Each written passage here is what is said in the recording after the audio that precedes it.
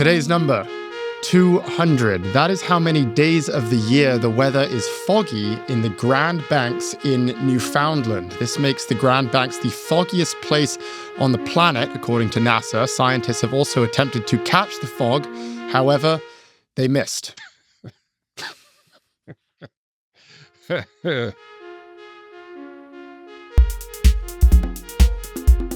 Welcome to Prof G Markets.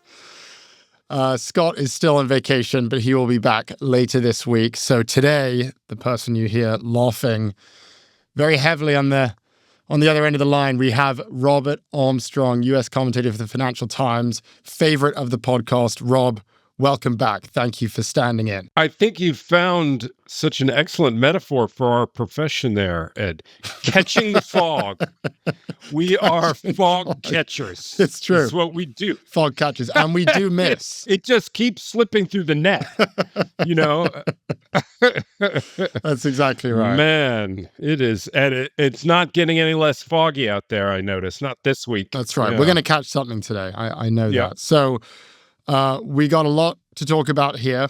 And we're going to start with our first story, and this is going to be about what we've seen in Venezuela and Greenland. So President Trump opened the year with a dramatic show of force, announcing U.S. troops captured Venezuela's President Nicolas Maduro. Just a few days later, he revived his push to acquire Greenland and signaled that he would consider using military force if necessary. And Trump has framed these moves as part of a broader vision for American power, which he is calling the Donroe Doctrine. And this is a reference to the Monroe Doctrine, which was first articulated in 1823 when President James Monroe declared that the Western Hemisphere was America's sphere of influence. The idea back then in the 1800s was to kind of fend off colonialism from Europeans. And it basically holds that any intervention in the Americas, in the Western Hemisphere, is potentially some hostile act against the U.S. So the administration has actually endorsed this publicly, the Monroe Doctrine specifically. They did that in November. And now we're seeing it play out in Venezuela, more recently Greenland. And we're basically seeing the United States as being treated at this point as like an imperial regime. And now Trump is talking about maybe taking action against Cuba as well, maybe against Colombia. Also, we shouldn't forget what he said about Canada last year. He wanted to fold it into the U.S. And MAGA supports this. This was a quote from Representative Andy Ogles, which we're going to play. We have a greater vested interest in Greenland than, geographically speaking, than the Denmark, the Danes have. And so when you look at the Monroe Doctrine, when you look at the Western Hemisphere, we are the dominant predator, quite frankly, force in the Western Hemisphere. So all of this begs the question, and I know that we're not geopolitical experts, so we're going to try to tie this into markets as much as we can, but what would an imperial America look like? How would it change the world if we really went out there and decided we are the apex predator? And then how would it affect markets and perhaps the economy? Rob, over to you. I have two diametrically opposed thoughts about this, which shows you that I'm intelligent. You know, that was the this is the I guess it was the Fitzgerald quote, you know. Genius is the ability to hold contradictory thoughts in your head at the same time. And my first thought is that people like me, and I think you too, Ed, who believe in free markets and commerce and letting economics and markets lead how we structure our, at least the commercial part of our lives, we kind of want markets to punish all bad ideas, yeah. Right? And we want it to be a kind of final court of justice for the world. Totally. And I'm afraid that is not true. You know, what do stocks do? They discount future cash flows of corporations. What do bonds do? You know, they are a bet on the solvency of a nation. You know, and that could connect to geopolitics a little more closely. But you can have you can have an empire that's plenty solvent. There's been a lot of them in history, right, where you'd want to own their bonds. So we can't turn to markets to solve these kind of political and moral dilemmas for us. So that's the thought number one. The contradictory thought is this: where we see markets flourish in history, where markets are places where people can make good money over a long time and retire and be happy and compound wealth and all that, those almost one-to-one turn out to be places that have rule of law. You can't over time make money in the Russian stock market. You haven't. You haven't consistently made money over time in the Chinese stock market. And importantly, in the case of China, you haven't made good money there, despite the fact that the economy has grown leaps and bounds. Right? So investors didn't grow with the economy in China, a place where rule of law is an open question. So if you think we're heading in a direction where the rule of law doesn't apply, where the imperial attitude extends not only to other countries, but to our own citizens, then you might see markets in the long run have a problem. But they're not discounting that right now, that's for sure. 100%. Just to go look at what's actually happening in the markets right now, because it's true. We had this in Liberation Day where Trump does this incredibly stupid thing and the market punishes him severely for it, which is kind of what made tacos so great. And for those who don't remember, Robert Armstrong came up with the phrase taco, which took over the world. Yeah, and now is possibly obsolete, as my friends on the internet like to remind me. Yes, at least in the geopolitical realm, it doesn't look like a taco world anymore. Exactly. But what we're seeing right now is just exactly as you're saying. This administration, despite deciding that they want to go and invade the region of an ally in Denmark, no, they're not really being punished for it. In fact, we're not seeing that much movement overall. We've seen some big moves from some very specific individual names. So if we look at Venezuela, for example, the oil refinery stocks climbed a lot. So Phillips 66 up 6%. And have stayed high. Valero up 12%. The oil service stocks also climbing. Halliburton, Schlumberger. There are a few kind of specific names. By the way, the same thing's happening in Greenland, where there are some publicly traded rare earth companies that operate in Greenland. Unbelievable. They've soared. Yeah. So critical metals up 25%. Energy transition minerals up more than 30%. I mean, big moves, but only in a very, very small handful of stocks. The market as a whole doesn't seem to care that much. The S&P is up a little bit, but overall, I mean, these very cataclysmic events in the world of geopolitics, Venezuela and Greenland, the market doesn't really care. The most interesting one is that Chevron doesn't really care. Chevron, the only American oil company operating in Venezuela, is back to where it started on Thursday, right? People are like, oh, this is exciting. And then you look at we don't have to go into this, but the actual dynamics of oil extraction in Venezuela, and you realize this is not a great look for the drillers themselves, like the Chevrons and the Exxons. You might make a joke that it's a lot easier to extract a president from Venezuela than it is to extract oil. Yeah, exactly. So I think that's fascinating. But there is a kind of side plot that you haven't mentioned that takes us kind of from the macro to the micro that I'd like to mention in this context. Like, while all this stuff has been going on in Venezuela, we have seen the emergence of a character that I am calling Donald Trump with Elizabeth Warren characteristics. And this is someone who, in the last few days, Donald Trump has come out and said he doesn't want defense companies to pay dividends or buy back shares or pay their CEOs a lot of money, because now presidents apparently decide how private companies allocate capital and pay their employees. And those stocks are now up because he then went on to say, after those stocks tanked, we're going to spend a lot more money on guns. $500 billion more. Yeah. Who needs Congress to throw another $500 billion at the military? We'll see if that happens or not. So the stocks recovered. But the point was, the guy came out and said, we're taking control of these private companies' capital allocation until they do what I say. And then he comes out and says, and this one's even stupider, we're not going to let institutional investors buy houses anymore because it's making houses unaffordable. And Blackstone, who's in that business, and Invitation Homes, those stocks tank. Right. And never mind that they own a tiny percentage of the houses out there. The idea here is, I mean, you can't make this stuff up. It's like, we're going to discourage investment in housing as a way to make housing more affordable. This was the big plan. You know what I mean? And but again, that sounds like the president being imperial towards Americans. Right. To me. So by the way, I don't think those things will happen.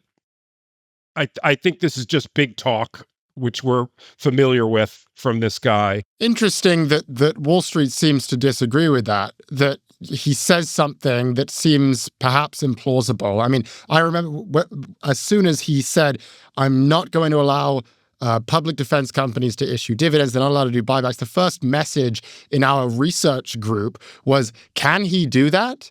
And if you look at the stock, you think, I guess he can, because the stocks are way down. They're down. They have recovered a little bit, to be fair. And the first move you can't always judge by, but that's kind of what they're going to put on Trump's gravestone, right? Can he do that? ? It's a really important question. And I think, crucially, just to go back to the Donroe Doctrine that we're describing here, it seems as though in the last few weeks, he's gotten kind of an appetite for going in with guns and shooting people and blowing things up, taking things, winning.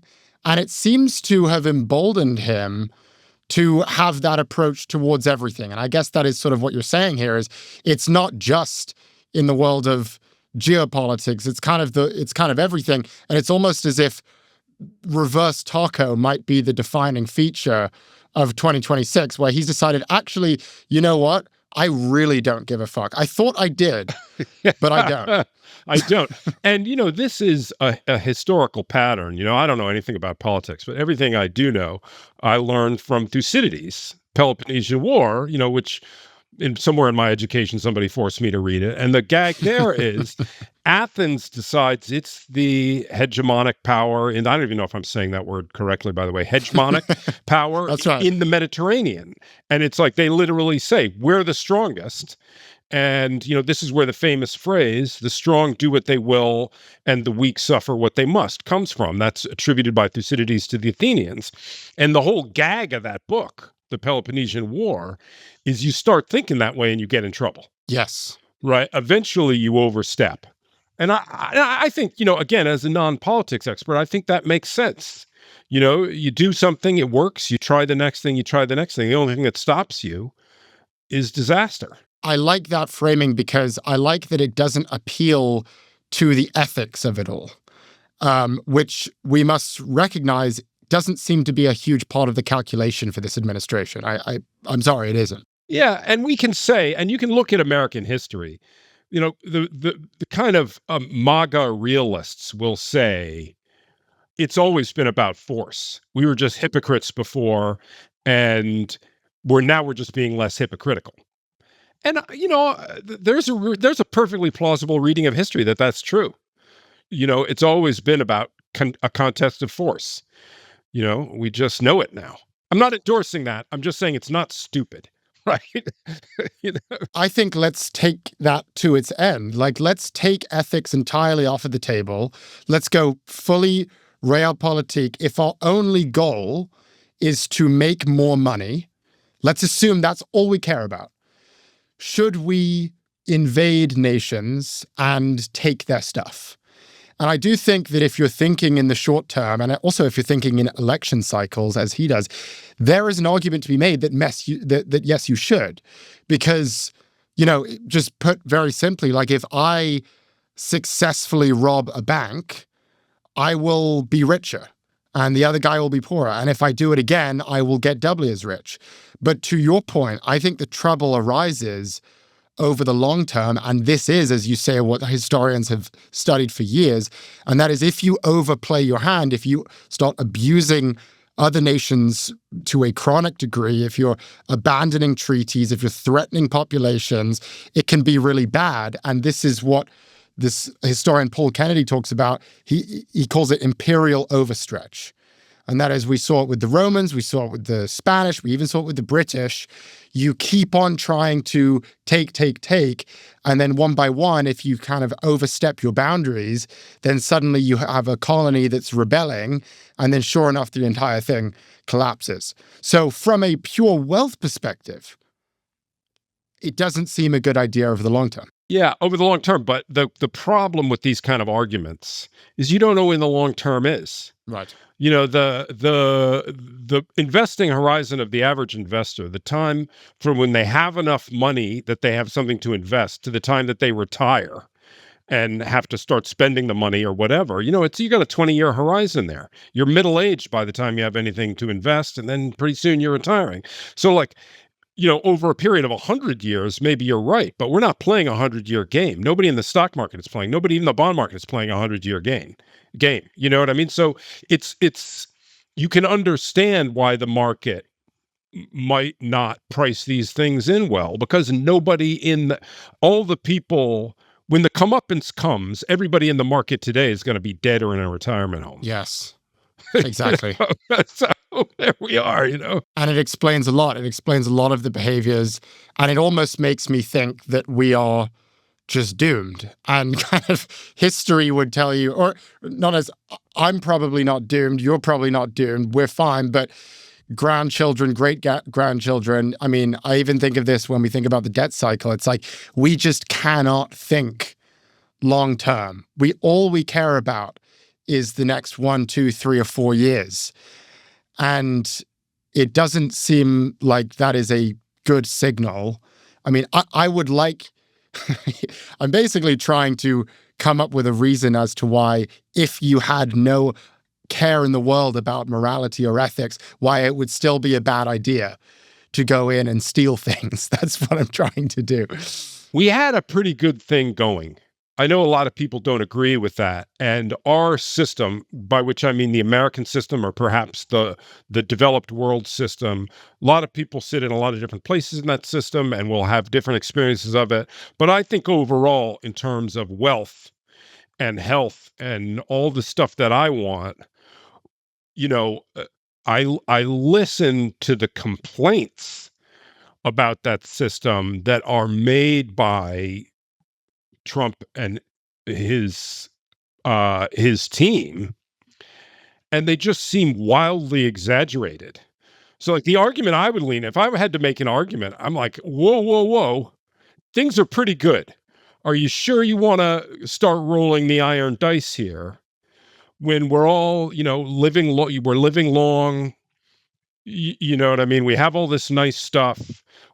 Since World War II, all things considered by the standards of history, we've been pretty peaceful. Richest country by a mile in the world. And it's like, yeah, I understand things are tough in the Rust Belt, and I respect that. And I respect the pain that, inequality and unequal distribution causes. But I feel like we have a lot at stake here. These are very general observations from a guy who sits around thinking about stocks, but there you go. That's what we're here to do.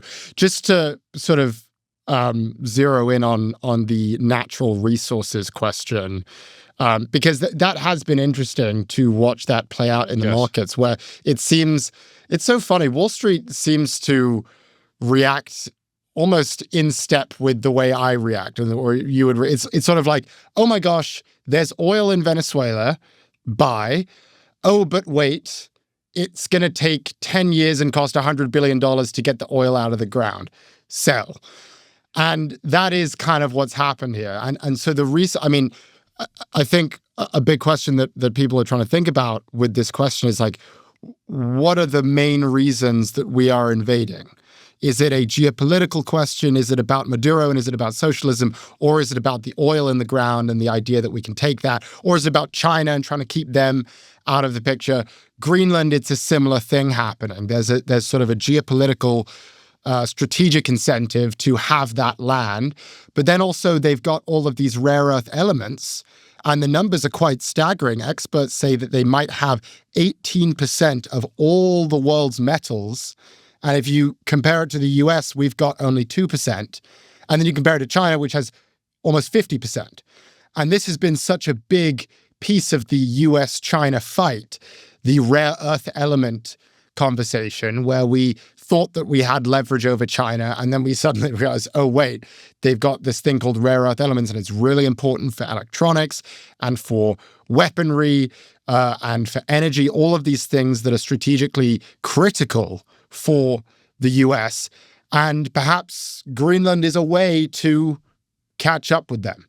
What do you make of all of that, and also how Wall Street has reacted to this? I think the Wall Street, with a very limited number of exceptions, like the companies that have refineries on the Gulf Coast, where if there's more very heavy oil flowing around, that's profits for them. That what the numbers on coming out of stocks on Wall Street are telling you is this is not a big economic event. Right. Right. I can't make as a proposition the removal of President Maduro in Venezuela. I can't make sense of that as a let's get the oil strategy. I just can't. Given this, the oil market, how it works, where else there is oil in the world, how much, the differential and extraction costs, the potential risks involved, it just doesn't work as an economic play. And similarly, I would say the same thing about Greenland. Now, it may be that people in the White House have a very different perspective than I do. People disagree. Maybe I'm an idiot. Maybe they're idiots, but I can't make sense of it. So that just defaults me to this is about politics, not economics, which is not to say that Trump doesn't like to talk about everything like it's a business deal. And he talks about we get the oil and we're going to have this number of billions and they're giving you that and we're going to be in control and everybody's going to be rich. But that's just standard Trump rhetoric. He puts that on top of everything. Right. So, just on the facts, because it doesn't make sense in any of the ways I think, it has to be in the political domain because it doesn't work for me. I think I'd take a slightly different view, which is I think it justifies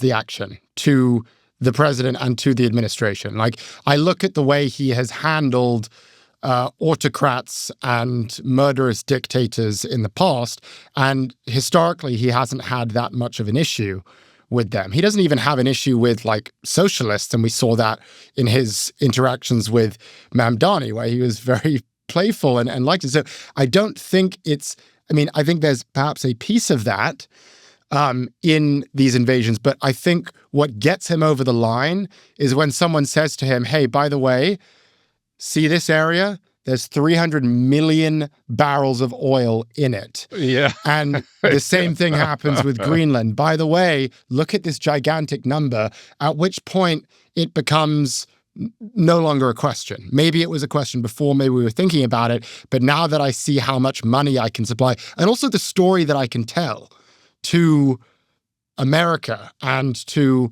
Wall Street, the idea that and he's now beginning to tell that story. He now is actually talking about the oil, and how rich we're going to get from it. So I take your point, but I think the resource part of this is larger than you do, is what I would say. I hear you. And I think the general kind of explanation that you're reaching for there, that a lot of different stars aligned in the case of Venezuela, that is clearly right. Maduro made fun of him, is one. There is a lot of oil. He just published a document saying we're not putting up with any nonsense in our hemisphere, and et cetera. So all these things got into place at the same time. I would just put the emphasis on the kind of hemispheric dominance, wild machismo side rather than the economic side. Yeah, it's a good point. Just before we move on to our second story here, I love what you say about how we want markets to tell us the right story here, and we always want markets to tell us the right story here, but they just don't. Yeah. Because the markets they only care about so much. And it's really interesting. One of our research analysts on our team, Kristen O'Donoghue, was listening to the JP Morgan call, and they're talking about what's happened in Venezuela and what's happened in Greenland, and was pointing out that the way that they talk about it is so strikingly academic and uninterested in how cataclysmic the event really is. I mean, we're talking about guns, war, death. We're talking about very, very serious things, but in a very unsatisfying way. It's the market's job and it's the Wall Street analyst's job to sort of treat it as if it's this, I don't know, an academic term or something that you write about in a research paper, which is so frustrating because it isn't that. There is a very long thread, kind of intellectual thread that runs back to, I don't know, the 18th century, maybe even the 17th century, that says if people just stuck to business, if we all just worried about our material well-being and our economic interests, everything would get better, right? And people have been talking that way since Montesquieu. And you saw it, for example, in the view that we had 20 years ago that no two countries that had a McDonald's would go to war, or that Russia, once the wall fell and communism ended and became a capitalist country, of course they're going to be our ally and they're going to join Europe and whatever. And so that kind of general school of thought that says economics will save us is really deeply ingrained in a lot of people. It's too bad that it's not true. Right? It's just not, right? And we have to be reminded of it, every quarter of a century or so, So there's more to life. We'll be right back after the break. And if you're enjoying the show so far, send it to a friend, and please follow us if you haven't already.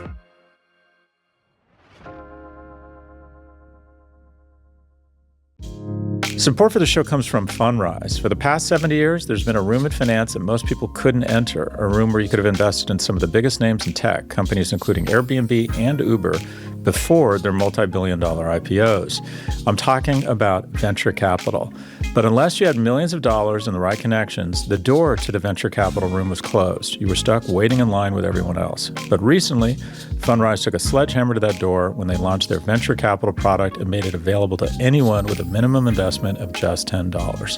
Fundrise says their mission is to give everyone the chance to invest in the best tech and AI companies before they go public. Visit fundrise.com/Prof G to check out Fundrise's venture portfolio and start investing in minutes. All investments involve risk, including the potential loss of principal.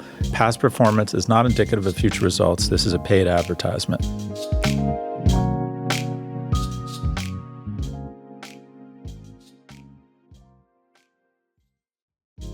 Support for the show comes from LinkedIn. If you've ever hired for your small business, you know how important it is to find the right person. That's why LinkedIn Jobs is stepping things up with their new AI assistant, so you can feel confident you're finding top talent that you can't find anywhere else.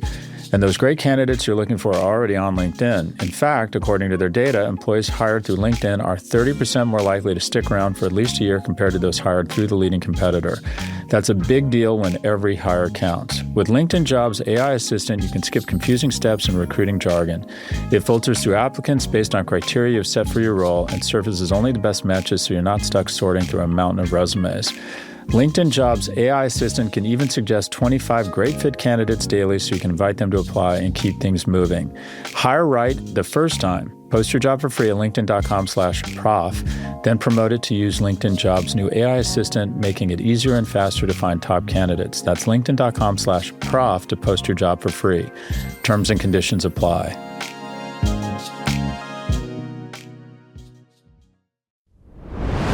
We're back with Prof G Markets. Fourth quarter earnings season kicks off later this week with all of the big banks reporting, and we'll break down the results on next Monday's episode. But today, we want to zoom out and focus on the broader shift reshaping the industry. One of those shifts is deregulation. The Trump administration has made several moves to loosen banking rules. That includes rolling back parts of Dodd-Frank, the post-2008 framework that was designed to limit risk-taking. And the result is it is a really good time to be a bank. And we can just look back at the year 2025. The big bank stocks rose 30% over the course of the year. That's nearly double the gain of the market at large, the S&P. So, Rob, looking ahead to, well, let's, I guess, start with last year, which was the strongest year for banks since the pandemic. What do you make of what happened last year in the banking industry, and what can it tell us about the year ahead? A couple of stars aligned here in a really nice way. The first and most obvious one is that banks do as well as the economy that they're sitting in. A bank, Yep. And the American economy was pretty good, and that's where you have to start anytime you want to talk about banks. When the economy is strong, people borrow money, people pay back the money they borrowed from you before, all of that stuff. They deposit, they make deposits in your institution, et cetera. So that's good. Then you already hit the second important point, which is with the election of Donald Trump, the regulatory overhang lightened significantly. And, the most important for the big banks aspect of this is there were all these rules that hadn't arrived yet, that they were kind of coming down the pike, that were going to increase the capital requirements of the big banks even more than they already have been increased. They were, of course, massively increased and hardened after the financial crisis. This is to say how many dollars of actual equity capital you have to have for every dollar of loans or assets or whatever you have out there. So we were worried that what they call Basel III endgame was going to mean, JP Morgan has to hold $2 more in addition to the $11 or $13 they already hold for every $100 of assets. Looks less like that's going to happen. Mergers are getting easier. They're getting executed faster, all this good stuff. So regulatory overhang, good. That is good. Now for the tricky part, where listeners should either pay attention or just tune me out altogether. One or the other. So Take your pick. Take your pick. So back when interest rates were really low, before 2022, and there was inflation and rates got higher, any asset a bank bought then has a really low yield on it. If you bought a mortgage or even a business loan or a 20-year treasury, you bought it at a yield of just a couple of percent. When interest rates go up, the price of all those assets has to reprice to the new interest rate, which means the value of those assets goes down, right? So if you buy a mortgage bond with a yield of 2% and rates go to 4%, the market value of that asset has to go down to make its yield 4% too. Okay, the sound of your listeners going to sleep, I can hear it now. So this was a very bad occasion for certain banks. It hurt a lot of banks. This was at the root of what happened to Silicon Valley Bank last year, et cetera. But what's happening now is that assets that were purchased back when rates were really low are rolling off of banks' balance sheets. So you lose a loan you made in 2020, you replace it with a loan you're making in 2025, you're getting rid of something that yields 3% and replacing it with something that yields 7%. So that was going on last year, and it's going to go on even more this year. So there's this natural lift under banks' income, just as the old world stuff rolls off and you replace it with higher yielding new stuff. So and final point, and now listeners who tuned out can tune back in. For the very big banks, when you have very active capital markets, as we had last year, that's very good for your investment banking and your trading desk. So, I mean, if we were to look at what happened in 2025, all of those things that you describe leads to one of the strongest years we've ever seen for the banking industry. And by the way, just a side note, this is ironic because when Trump comes in, the whole message is the guys on Wall Street have won for too long and we're going to hand it back to Main Street. It's not about getting them rich. And what do you know? I mean, everyone on Wall Street is getting richer than basically ever before. I mean, let's look at just the big bank stocks and their performance over the year. I mean, I mentioned the banks index, but that includes all of the smaller banks. Let's look at the big banks. JP Morgan gained 34%. Citigroup gained more than 60%, 63% over the year, which was kind of unbelievable. And for all of those reasons you describe, you have these regulatory conditions which are better. You have more M&A. Global M&A volume was up more than 40% for the year, which means that your investment banking business is crushing it. Also, one thing that I would add there that you didn't mention is the volatility that we saw in the stock market, which is so good. Fantastic. If you're a trader. Fantastic. I mean, just the more it goes up and down, which it did, the more trading activity happens and the more money you make from facilitating those trades. So trading revenue was up 15% last year. So I think the question then is, you'd think that because we had such a big year in 2025, we're probably not going to have that kind of year again in 2026. But I'm not so sure, because I don't see any of these conditions changing. And then I would add one other thing, which is it seems that the IPO market is going to explode. Explode might be a strong word, but it seems like it's going to really come online this year. If you've got SpaceX in the pipeline, potentially OpenAI, potentially Anthropic, that would be a great thing for the banks too. These would be some of the largest IPOs of all time. So my preliminary thought is 2026 is going to be a great year to be a bank as well. But I want to see what you think. I think that's probably true. I mean, there will be more of this replacement of bad assets with good assets. That will still happen. I think that, as you say, there's every reason to think, barring a crash or something awful, that the trading and investment banking business will be good. And I think as the economy is positioned right now, the economy seems pretty solid to me. So all the conditions are in place for good performance. But you have to remember, at the beginning of 25, bank stocks were cheap. Right. They're not cheap anymore. Right. Right. And so the reason people were excited about owning banks is that the stocks look like bargains. They don't anymore. Yes. I've been hearing a lot of chatter in the space where people are like, is JP Morgan a good buy at this price? I mean, you can understand why Citibank went up 60%, because it's a troubled bank historically, and it went from being mediocre to being slightly less mediocre. And those kind of transitions is where you really make money in the stock market, not from good to great. The big money is from like trouble to slightly less trouble, you know? Great You point. know what I mean? But you don't do that twice, right?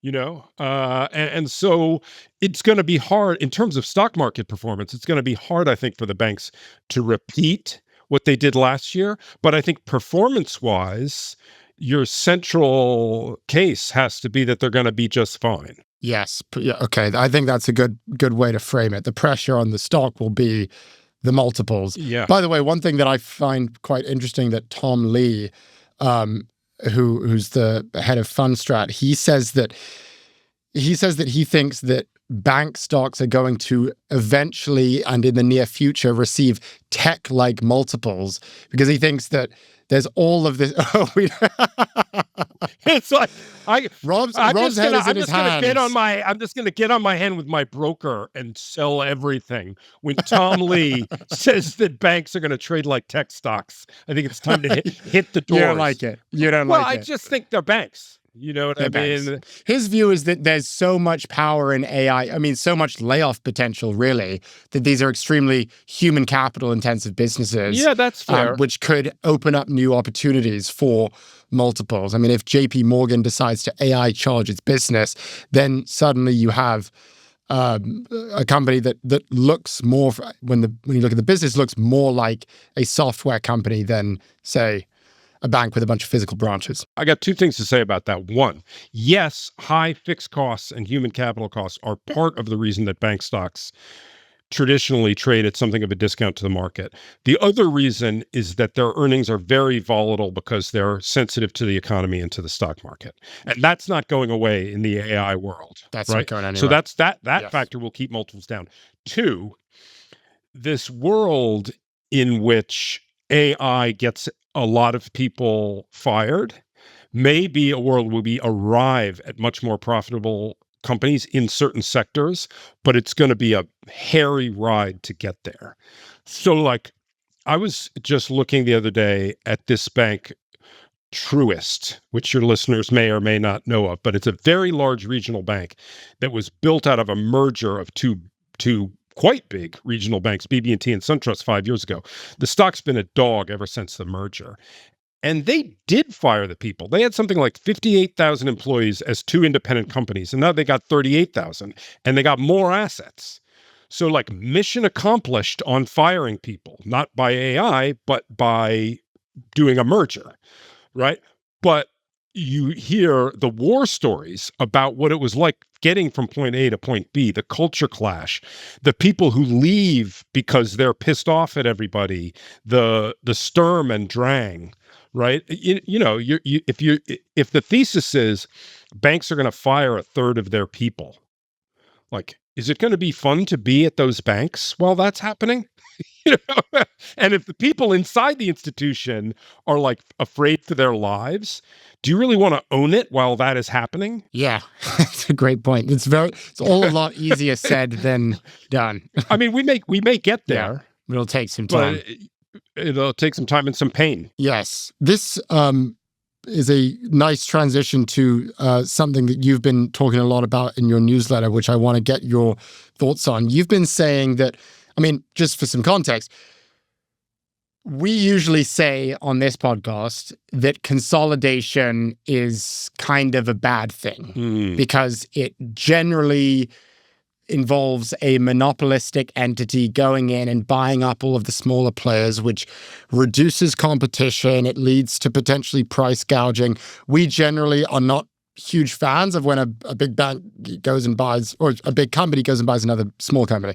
Your view that you've been talking about, and I want to hear more about it, is that consolidation in the banking industry would actually be a good thing. Why do you say that? Okay, I think it would be pro-competitive. I think that what you look at, I don't know I should actually figure out this number, but what percentage of the profits in the banking industry are made by JP Morgan?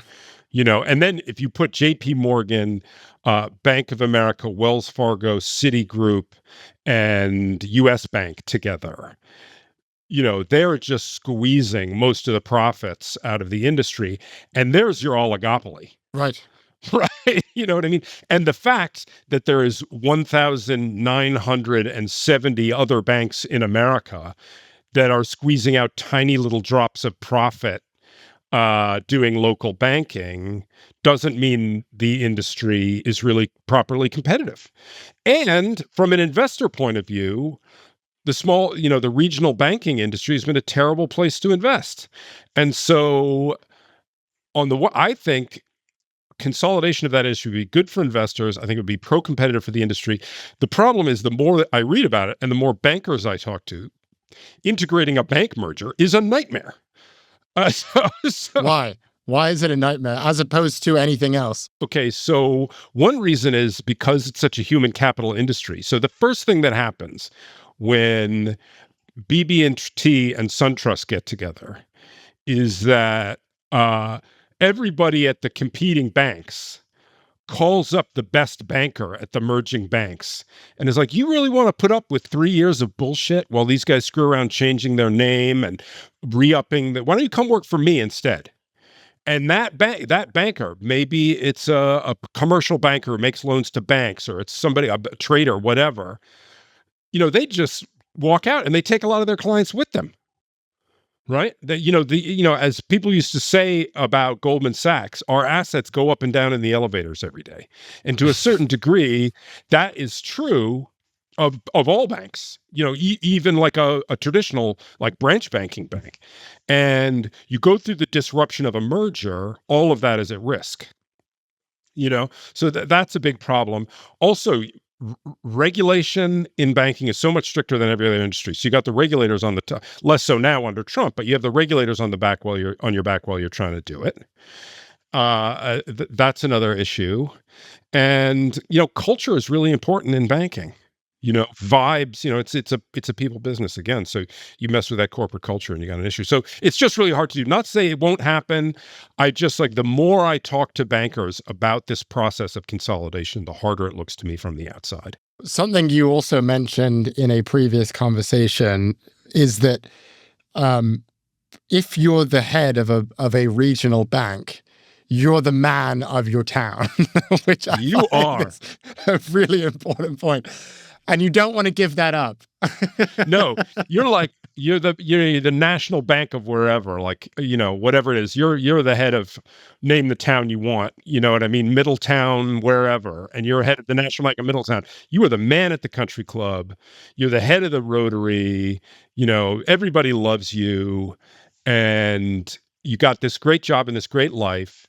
And like, basically the deal, if you sell your bank, you're no longer the man anymore. And you're looking down at all the people who work for you and you say, look, it's been great. We just got bought out at a premium valuation. It's great for the shareholders. A third of you are going to get fired. Goodbye. Yes, exactly. Which is another example I would add of people don't think in terms of economics. We are not, there are moments where there are things outside of economics that are outside of money that trump money. And it happens in a lot of situations. This would be one of them. I'm the head of the Rotary Club and I'm the CEO of the regional bank here.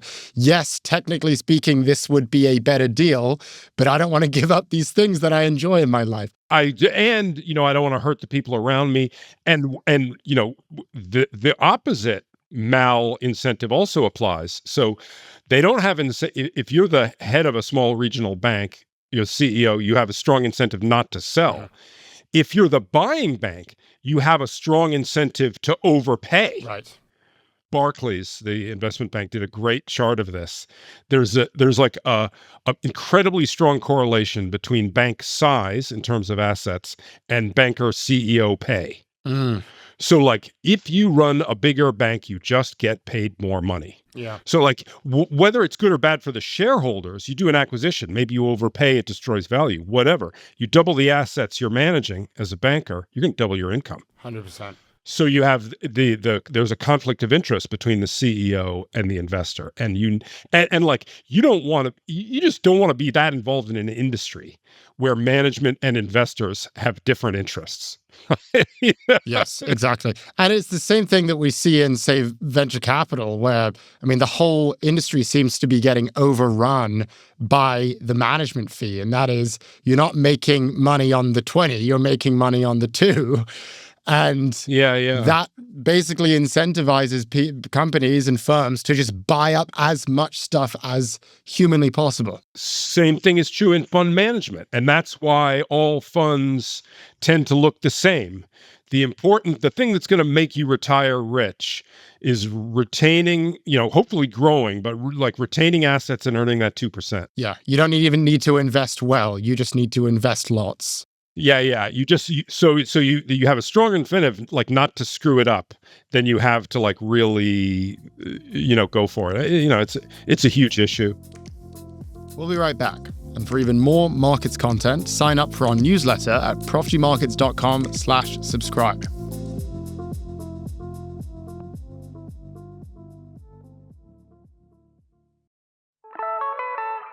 Support for the show comes from Rubrik. A lot of companies are deploying AI agents now. They're automating tasks, handling workflows, and making decisions. But here's the thing. Sometimes they mess up. They might delete the wrong files, make changes you didn't authorize, or just go off script. And when that happens, you're stuck trying to figure out what went wrong and how to fix it, unless you're using Rubrik Agent Cloud. Rubrik Agent Cloud is a platform that allows you to monitor, govern, and rewind AI agent actions.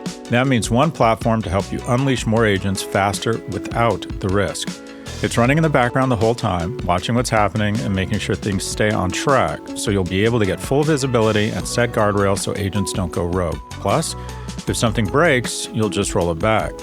If your business relies on AI agents, you need the ability to monitor, govern, and rewind their actions. Right now, our listeners get exclusive early access to Rubrik Agent Cloud. Head to Rubrik.com. That's Rubrik.com. Rubrik.com. Support for the show comes from Vanta. Customer trust can make or break your business, and the more your business grows, the more complex your security and compliance tools get. It can turn into chaos, and chaos isn't a security strategy. That's where Vanta comes in. Think of Vanta as your always-on AI-powered security expert who scales with you. Vanta automates compliance, continuously monitors your controls, and gives you a single source of truth for compliance and risk. So, whether you're a fast-growing startup like Cursor or an enterprise like Snowflake, Vanta fits easily into your existing workflows so you can keep growing a company your customers can trust. Get started at vanta.com/markets. That's VANTA.com/markets, vanta.com/markets.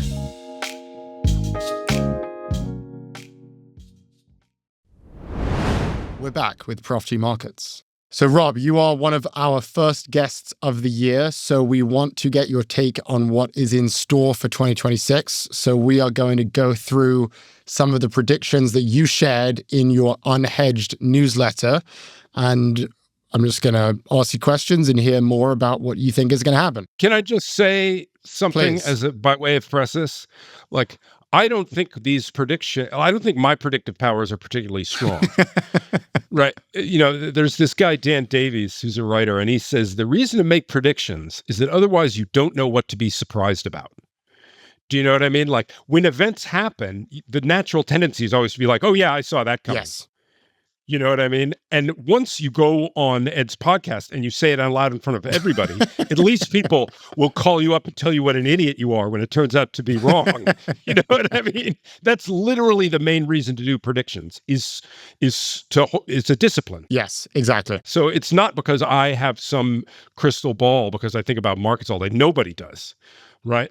But it's an accountability machine in some way. 100%. And also an important way to catalyze the conversation and frame what we should be thinking about. Correct. And watching for as the year continues. I'll just say our listeners are very familiar with this because Scott makes many predictions.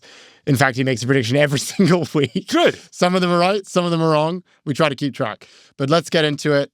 And let's start with this first question, which is, are we in a bubble? And will the bubble burst?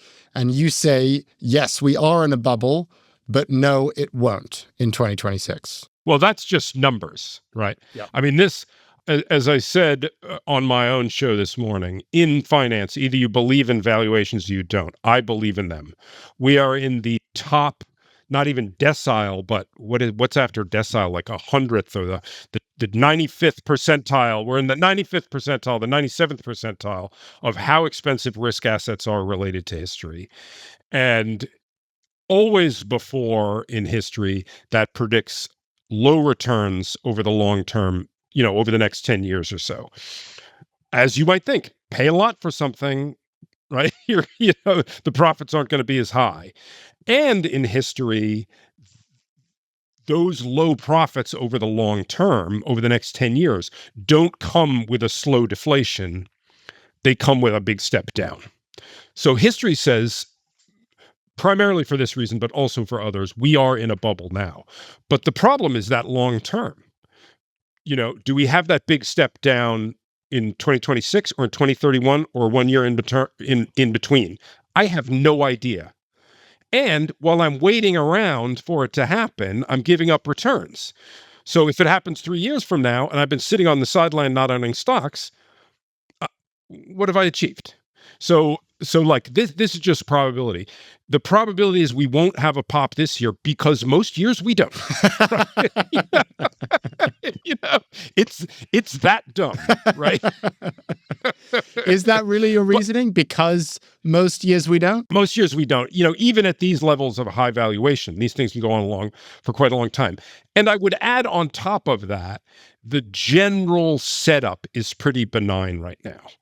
The economy is strong. We can talk about the somewhat wobbly labor market, which is a red flag, but in terms of growth and spending and activity and by a lot of measures, things are good and perhaps even getting better.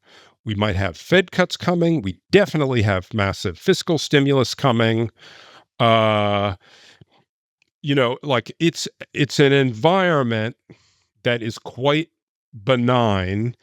which means there's less possible triggers for the deflation of the asset bubble that we're in right now. I would completely agree. I guess the way I was thinking about, have been thinking about it is, I mean, if you believe that there is a bubble and you're trying to think about how to invest or how to bet on whether or not it pops, the idea of betting on it popping in a year where we are about to see this flood of fiscal spending that is going to prop up the market, where we are seeing interest rates coming down, it's just a bad bet when you look at the reality of what else is happening. Look, there's midterms coming, baby. You can believe that Scott Bessent and Donald Trump are going to throw the kitchen sink at this economy.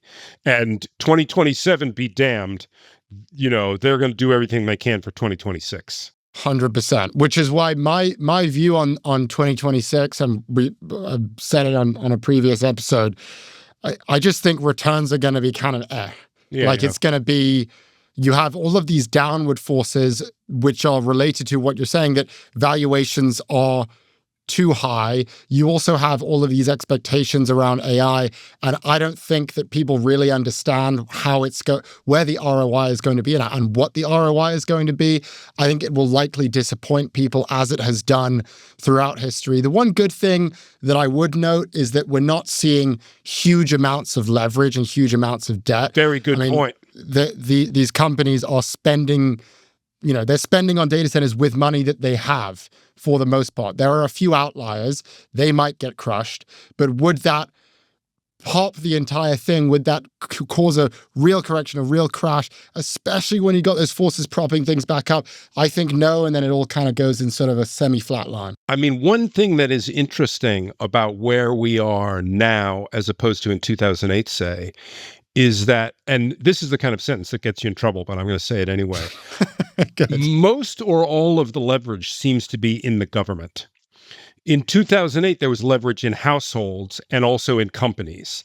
And since then, households and companies have cleaned up their balance sheet with the assistance from governments, which have this infinite appetite for debt. That's such a good point. So that doesn't sound like a very good sustainable solution and way to live your life as a world to me, but it might make, at least in the short term, a crash less likely, because the crashes we know in developed countries, at least, they tend to happen. They started with households panicking or private institutions, and somebody will write in and find an exception to me, but most of the debt is in the government, and they've got a printing press, which leads to the next important point. The big spoiler, the thing I'm worried about most is inflation, right? When you have all this debt in the public realm, and you're forcing all this stimulus into the economy fiscally, and you're cutting rates, and the economy's doing pretty well, and you've reduced the labor supply by throwing all the immigrants out. I can't predict inflation. I don't understand it. But like, if there's inflation, all the nice things I just said are not true, right? Inflation goes up, the 10-year yield goes to 5.5%. It's a different game. Yeah, you said that that was on my list here. The biggest risk in 2026 will be inflation. What do you make, just a quick side note, what do you make of the inflation report that we saw recently where it came down to 2.7, which shocked me? And then I learned, I guess I'm sort of answering, but... Give me your take first. Let me just ask you, what did you make of it? No, that's fair. Yeah. You know it as well as I do. Well, I guess I don't believe it, or I didn't believe it at first. And I always hate being the guy who says, I don't believe the numbers. But then we talked with Mark Zandi, and he basically took us through all the reasons why the data was completely flawed. And so in reality, we're actually still at 3% based on the analysis that they did. Yeah, it looks to me, and again, the data is flawed, and we have this gap, and it's surprising. We have this gap from the government's shutdown, and it's surprising how that affects the data in months to, like, all this stuff is kind of path dependent and all this stuff. But, what it looks like is we're still above target. Goods is maybe getting a little bit better. Services outside of housing is not. That was kind of my takeaway. And that's the bit that's like dependent on wages and et cetera, et cetera. So I think it's hard to say, you can't say we're at target, but I think it's hard to look at all the numbers all in and say things aren't getting a little bit better. Right. That's why I say I'm not predicting anything. I'm not saying I'm not saying that I think inflation is going to happen for whatever, what it's this X, Y, or Z probability event. What I'm saying is it's the worst thing that could happen now. Within the realm of probability. All the things that are good going into next year depend on inflation staying under control. Right. And so if something should happen that in that area, we got to reconsider all of our assumptions. For all of the reasons that we're outlining here, I don't see it improving. That's really why I saw the 2.7%. I'm like, bullshit. No way. And I was very relieved to see the analysis which said I'm right. Okay, well, I'll give you two reasons. You can take these or leave, but these are two things why it might improve. The first reason is at some point this spring, we lap the April tariffs. So that if that turns out to be a one-timer, right, we lap that. And so that falls out of the goods numbers. Yes, that would be huge. That if that happens, yes, fair enough. And on the kind of services side, we do have a bit of a mushy labor market, which tells you maybe wage growth won't be that strong this year. And, although a lot of things surprise you, people do teach you back in school that inflation and wage growth are very intimately linked. And it's hard to get hot inflation when wages aren't going up. So I'm not sure I buy those arguments either, but I guess those would be the standard ones that the inflation doves would roll out right now. Definitely. The basis of my belief is really tied to tariffs, and who knows what's going to happen with tariffs at this point, especially we've got the Supreme Court ruling in the pipeline. So, this is going to be an ongoing conversation. But in a tariff world, I'm like, it only goes up. I do want to keep us moving because you have more predictions. Will AI euphoria cool? You say yes, kind of linked to the bubble, but let's just get a quick why. Because it's already happening. I love these predictions. NVIDIA has been going sideways. The stock's been going sideways for 4 months. Meta is struggling. Oracle is struggling. There is a sense visible in market prices that the market is becoming more cautious about this narrative. And of course, the dream scenario, what we should be all happening, is that we have kind of incremental caution rather than a moment of freak out, that this kind of just cools down. And look, as a really smart investor, Patrick Kaiser at Brandywine Global put it to me this week. He was talking about the moment you're worried about is not that revenue, that like AI data center spending just suddenly stops in the middle of 2026. That's not going to happen. The cranes are already there. The purchases are made. The cement is rolling. The moment you're waiting for is some moment in 2026 when people look out to 2027 or 2028 and they can see the end of the runway out there. Right now, the road just goes on forever, right? But the moment we're waiting for, because the market discounts forward. The market doesn't care what's happening today, right? So at some point, the worry is that you see the end of the runway sometime in 2026. And I just feel like, I don't know. My guess is no. It's not a high probability prediction, but I am reassured by the fact that the market is already exercising a little bit of discipline. It is interesting, the discipline that we're seeing in the markets. And I think one of my predictions for AI is that the winners in AI are going to be the ones that can signal a level of responsibility. I mean, if you look back at the previous couple of years in AI, you were rewarded for being unrealistic. You were rewarded for saying, we have this gigantic idea, it's going to be artificial general intelligence, we're going to take over the world, and then people gave you money for saying that. I think that it's beginning to flip now, where if you start talking with that sort of techno-babble language, you begin to get punished. And it's the companies that are signaling the level of responsibility, and usually signaling that means you are actually being responsible. And so a company that I think would be rewarded, as an example, would be Anthropic this year versus OpenAI. Okay, so this is a question I would put to you that I was thinking about earlier today. So let's suppose, and I should emphasize at the outset, I have no grounds for thinking this is going to happen whatsoever. Let's suppose the wheels properly come off OpenAI this year, right? Like they try to raise some money and they can't.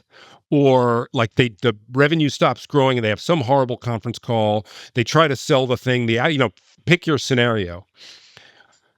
Wheels come off badly at OpenAI. How big an event is that for the market at large? I think it's gigantic, personally. I mean, the amount of money. The good news is that the market is beginning to sort of understand that possibility. So that $1.5 trillion that they said they were going to spend over time. I mean, immediately you look at Oracle and the market says, it's real, it's great. And you see Oracle shoot up, it goes crazy. Eventually they started to discount that $1.5 trillion because they realized it's less realistic than we thought. But on top of that, I think that OpenAI has become such a symbol of the AI story. I mean, the gains, the biggest moment in the past 5 years is the launch of ChatGPT. And that was the seminal moment where we kind of have to measure what has happened since then. And since then, 75% of the gains in the stock market have been AI. It's all AI related. So I think because of the power of that story, if you have a blow up similar to what we saw with FTX, I think might be another good example. That was sort of what anchored the whole crypto story. If that just comes off the rails, I think that really shakes people's confidence. Yeah, no, I don't know what to think about it. That's why I asked you, is because I don't know what to think about that. I can imagine a scenario where the world's like, look, Google's still Google. Microsoft is still Microsoft. NVIDIA probably takes a monstrous hit that day. And eventually I think that would happen. I think you see the crash and then eventually people would realize, actually, this doesn't mean it's over. Yeah. It's just that this is a project that failed and on to the next path. Yeah. Exactly. Moving on, the interesting prediction here. Will US stocks trail the rest of the developed world? You say, no, they won't, which is the reason that's kind of relevant is because last year, the S&P rose 16%, and then the rest of the world ripped higher than that. So you say that's not going to happen. And by the way, to further congratulate the rest of the world, they ripped higher in their local currencies. They didn't even need the weak dollar to beat the US. Earnings growth is just like comparing to Europe and Japan. I'll restrict the discussion to Europe and Japan just for simplicity's sake. Our economic growth is stronger and our earnings growth is stronger. And at the beginning of last year, it's a bit like the banks.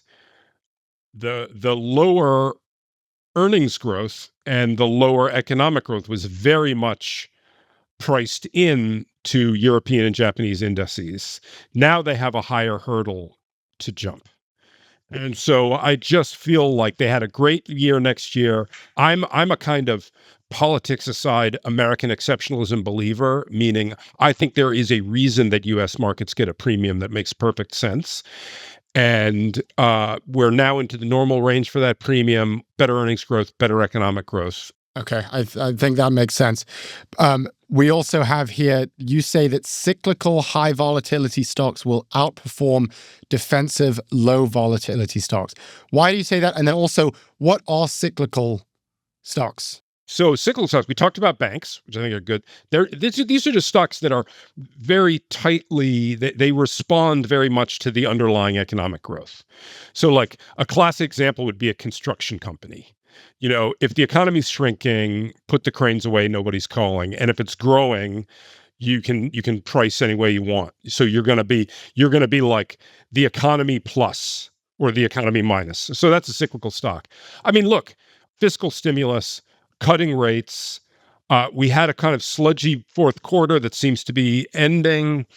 And some, a lot of the cyclical stocks, as opposed to tech stocks, are still not bonkers in terms of what you're being asked to pay. So I think the economic background is good for them, and growth investors are probably looking for somewhere to go that isn't tech. Yes. Right. And again, this is one of these predictions that's easier because it's already happening. Over the last month or so, banks, materials, industrials, they've gotten a nice lift. Again, this is a perfect example of the inflation problem.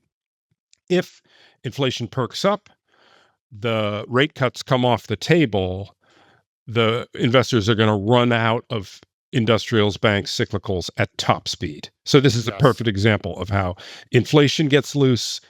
All of these predictions change. All bets are off. Final prediction here. Will the Fed funds rate end the year below 3%? You say no.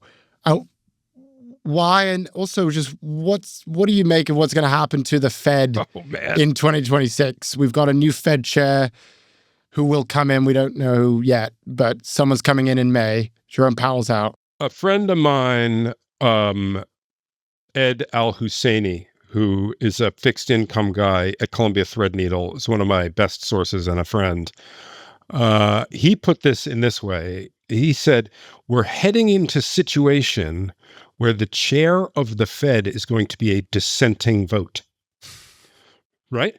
Which is kind of new. And I looked this up, and one of my colleagues came back to me and said, actually, under Reagan, Chair Volcker, even the great Chair Volcker, Paul Volcker, did get outvoted by the committee once or twice. Wow. So it's not unprecedented for the chair, but it's like a weird and novel situation.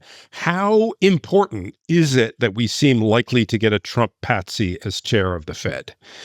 And I guess I'm thinking maybe that's just another vote. Like, the press conferences are a little weird, granted, if they keep having press conferences.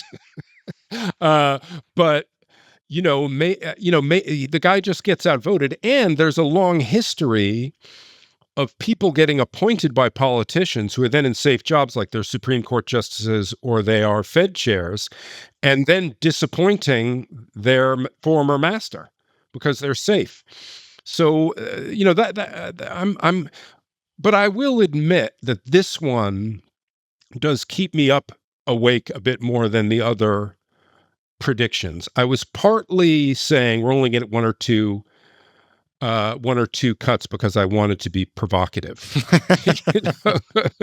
You know what I mean? Because everybody's out there saying it's going to be, whether it's Warsh or whoever it is, which Kevin it is, they're going to come in there and it's going to be like suddenly the whole committee is going to be calling for 50, 100 points of cuts right off the bat. Yeah. And I just wanted to push back against that narrative. I think it's a really important point. And I think it's sort of an important reminder of how the Fed actually works. And for those who don't know, there is a committee and each person on the committee gets one vote, including the Fed chair. So the question is, what power does the Fed chair really have? And, there's power in the sense that they set the agenda for the committee. They decide which things are going to be talked about and how the conversation is going to proceed. They're also the person who gets on the TV and talks to the country about what is happening. But it is a really great point. It's like, but also they just have one vote. There's no doubt that the way central banking works is less through the actual impact of the interest rate and more through signaling and messaging.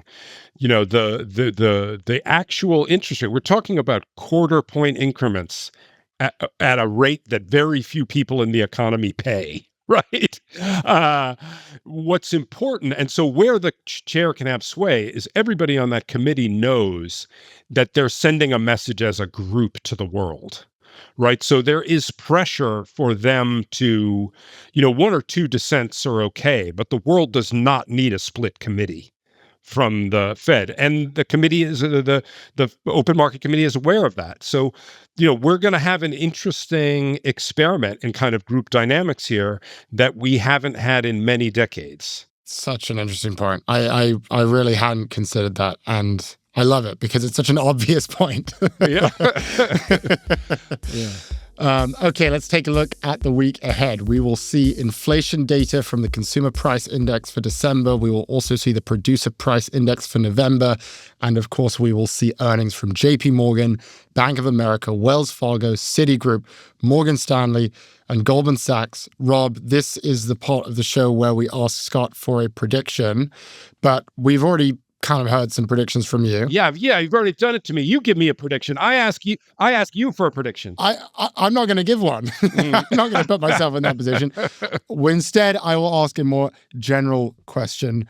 Is there anything you're watching closely this year, or anything that you're looking forward to this year, or perhaps anything that maybe you're excited about this year, and it doesn't have to be markets related?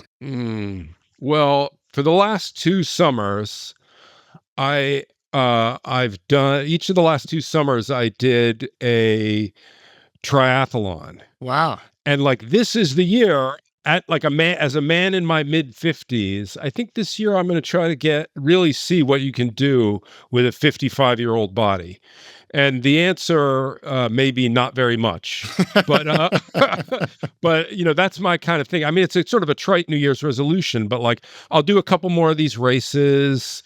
Going to try to slim down a little bit and just see what sparks of youth I can recapture, and we'll see how it goes. I love that. So these triathlons, what's how far are you running and swimming, and what is it? It's an Olympic distance. The 2 I did in the last 2 summers are Olympic distance. So you swim about a mile, and you ride your bike for about 25 miles, and you run for about 6 miles. And what that really turns out to be is 2 bullshit events and a run. The run is where you pay. That's where you pay. The rest is easy. I love it. So, is it going to happen? Are we gonna see you in a triathlon this year, or you're mulling it over? Yeah. Again, I'm going to do it again. I've signed up. I put the money down. So the sunk cost fallacy may drag me into it. Well, I love that. And we're going to need to get a selfie, and maybe we'll have you FaceTime in. Maybe we'll record an episode while you're running. That will get clicks. Please don't. Running, by the way, is a slight exaggeration in terms of what I do. It's not exactly walking, but it ain't running either. Robert Armstrong is the U.S. commentator for the Financial Times, and he writes the Unhedged newsletter. He also co-hosts a podcast by the same name. Previously, he was the FT's U.S. financial editor and chief editorial writer. Before becoming a journalist, he worked in finance and studied philosophy. Rob, thank you so much, as always, and thank you for standing in for Scott. Yeah, this was fun. It's great talking to you. Absolutely. This was fun. Thank you, Rob. Thank you for listening to Prof G Markets from Prof G Media. Tune in tomorrow for a fresh take on the markets.